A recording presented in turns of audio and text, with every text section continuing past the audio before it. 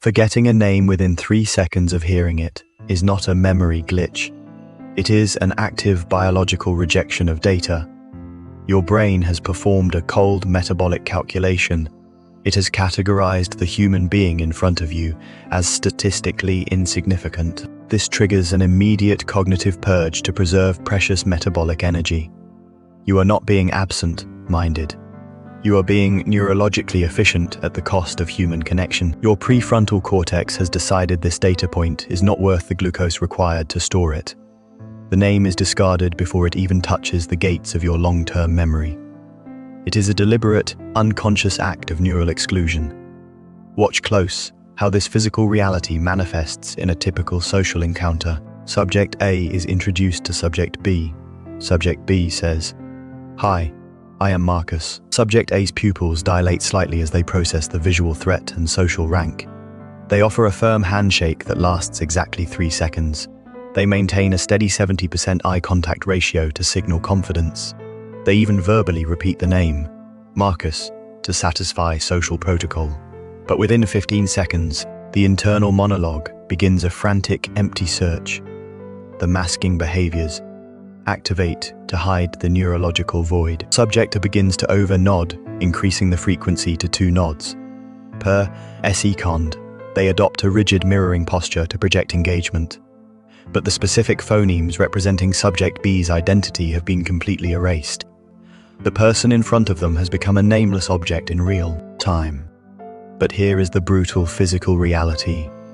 Your brain can store the verbatim lyrics to a 1990s pop song you haven't heard in decades. It can recall the specific topography of a childhood park with perfect clarity. Yet it treats the name of a living, breathing human-like toxic waste to be disposed of. Social interaction is a high-stakes performance. Your brain recognizes it as a survival state response. Self-preservation priorities override data acquisition. You are not communicating, you are performing a silent defense. The nervous system is on high alert. Every muscle fiber is consumed by the effort of projecting a perfect image. Information gathering is forcibly silenced. The brain shuts down the recording channels for useless external data. The actual fatal mechanism occurs in your prefrontal cortex. The PFC handles all executive functions and social monitoring. In this moment of interaction, it is completely occupied by performance data. It is calculating if your posture appears sufficiently stable. It is monitoring if your vocal tone is calibrated correctly. It is scanning the other person's micro-expressions for potential threats. This computational load is immense. The PFC bandwidth is saturated by this stream of self-censorship. It has zero capacity left to process incoming syllables. The name becomes nothing more than filtered background noise when the brain perceives the pressure of being evaluated. The HPA axis activates. The hypothalamus, pituitary, adrenal axis releases trace amounts of cortisol. This neurochemical state shifts the brain's resource priorities. It places output above input. Your mind is locked on one thought: what should I say next? Cortisol directly inhibits the normal function of the hippocampus. Long-term potentiation, LTP, the physical process of memory, is blocked. The name is barred from the hippocampal gates. The storage system crashes before the data can be written. Watch close how a job seeker reacts at a high-end networking event. Their heart rate spikes to 110 BPM. They are in a state of mild tachycardia. When a recruiter says their name, the job seeker's physiology is in a storm. Their brain is busy calculating the precise angle of their head tilt. They are checking if their palms are sweating enough to stain their suit. The job seeker hears the physical vibration of the name, but the phonological loop is completely bypassed by the nervous system. Their eyes are locked on the target, but their consciousness is in a closed loop of self-monitoring. The name was never actually forgotten. It was never learned in the physical sense. It was a transient vibration in the air. It never touched the neural architecture required for storage. It spilled out of the working memory buffer due to a lack of bandwidth. Human names are arbitrary signifiers in biological logic. They carry zero inherent information regarding survival or threat. In the evolution of the nervous system, this data is categorized as low-priority redundancy. The brain physically rejects isolated syllables that lack descriptive content. This is the Baker paradox. It reveals the brutal bias of the human memory retrieval mechanism. If you tell the brain a man is a baker, a massive associative network activates. The brain recalls the smell of fresh bread. It visualizes the white chef's hat. It triggers concepts of high-heat ovens and early morning labor. The olfactory and visual cortices are illuminated simultaneously. But if you tell the brain the man's name is Mr. Baker, the input is hollow. It is an isolated, barren phonetic tag. There are no physical hooks to anchor it into existing neural pathways. This is phonetic vacuity. Occupational descriptions have high semantic density. Names are just floating phonemes. Because there is no existing schema, the brain refuses to allocate storage energy. This is a pure strategy of neural energy conservation. Observe an individual meeting a woman named Summer. If they learn her profession is trauma surgeon, the data is anchored. The brain maps her to concepts of blood, operating rooms, and high-pressure logic. Years later, they will recall her profession with clinical precision, because surgeon is a concept of high evolutionary importance.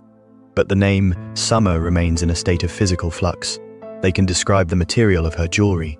They can capture the frequency of her laugh. They can remember the shift in her center of gravity during conversation. Yet the label Summer disintegrates in the working memory buffer.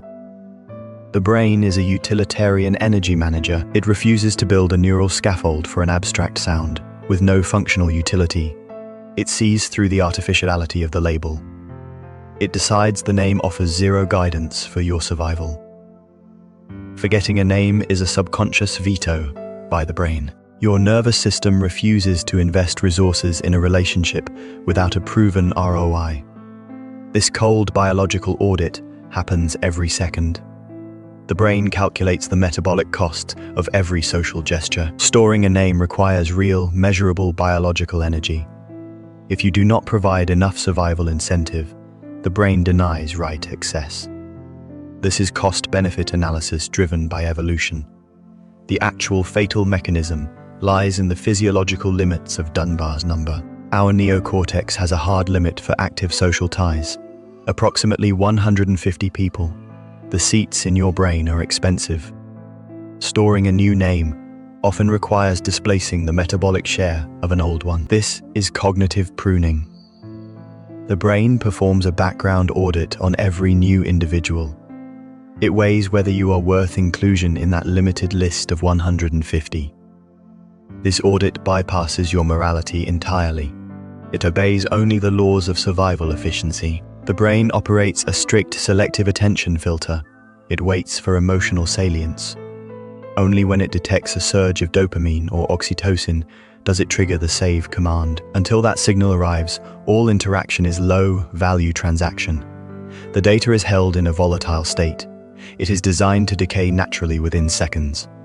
Without that salient signal, the hippocampus undergoes zero structural change.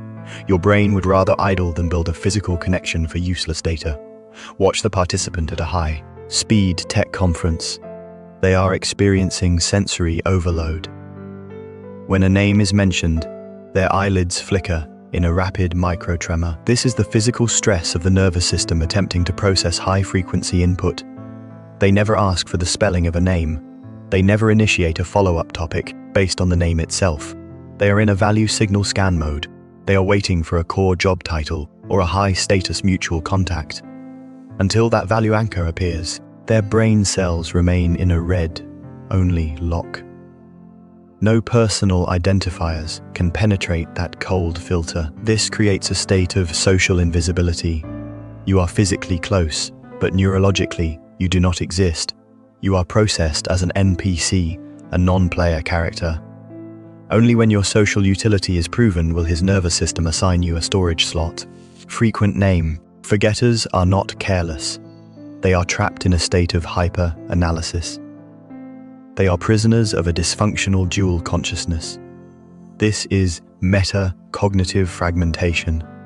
Attention is physically shredded into non-functional fragments. One half of you participates, The other half monitors the participation. This internal split leads to total neurological overload. You are not recording. You are consuming yourself in internal friction. This involves an overactivity of the fury of mind. It involves an obsession with self-referential processing. This triggers a lethal, dual task interference. Biological hardware cannot support two high-energy cognitive operations simultaneously. You cannot perform deep social decoding while performing linear data entry. The brain will always sacrifice the name. In the scales of evolution, reading a motive is more valuable than remembering a tag. This internal storm is common in high IT or socially vigilant individuals. The brain enforces a brutal priority filter. It tilts all attention towards subtext. It believes decoding every pupil dilation is the only path to social safety. The name becomes a low-value pulse that interferes with the game. It is suspended by the system the moment it enters the processor. Observe the subject in a conversation. Their gaze is locked on the other person's eyes. But inside the skull, the monitoring system is on red alert. They are reviewing if their last sentence sounded too arrogant. They are tracking the micro-tensions in the other person's jaw. When the name Catherine vibrates in the air, it is treated as random noise. The subject is too busy deconstructing the human to label the human. This leads to a profound sensory disconnect. You can perceive the soul or the intent, but you lose the index. You have built a wall of permanent alienation. We live in an era of attentional fragmentation. Forgetting names is the clinical pathology of social autophagy. Your brain is consuming its ability to recognize others to process digital noise. If you cannot tag the other person, you were never in the room. You are maintaining a social facade while remaining neurologically absent. You are turning the world into a blur of anonymous data. You are doing this to protect a fragile, overstimulated ego. This defensive forgetting leads to permanent loneliness in a crowd, but the physical flaws of the brain are not irreversible. You must seize control of the underlying protocols. First, force semantic grounding. Within 2 seconds of hearing a name, create a physical link. Do not treat the name as a sound. Attach a high-impact physical tag to the person. Mark must become Mark with the jagged scar on his thumb. Inject a concrete narrative into the abstract syllable. Second, the 3-second stillness command. Violently cut your performance reflex when a name is exchanged. Stop planning your next line. Force a 3-second biological pause in your internal monologue. Clear a path for the hippocampus to write without electrical noise. Third, switch to active vulnerability. Move from survival mode defense to observational data entry. Stop performing the audit of fear. Start the cold recording of physical reality.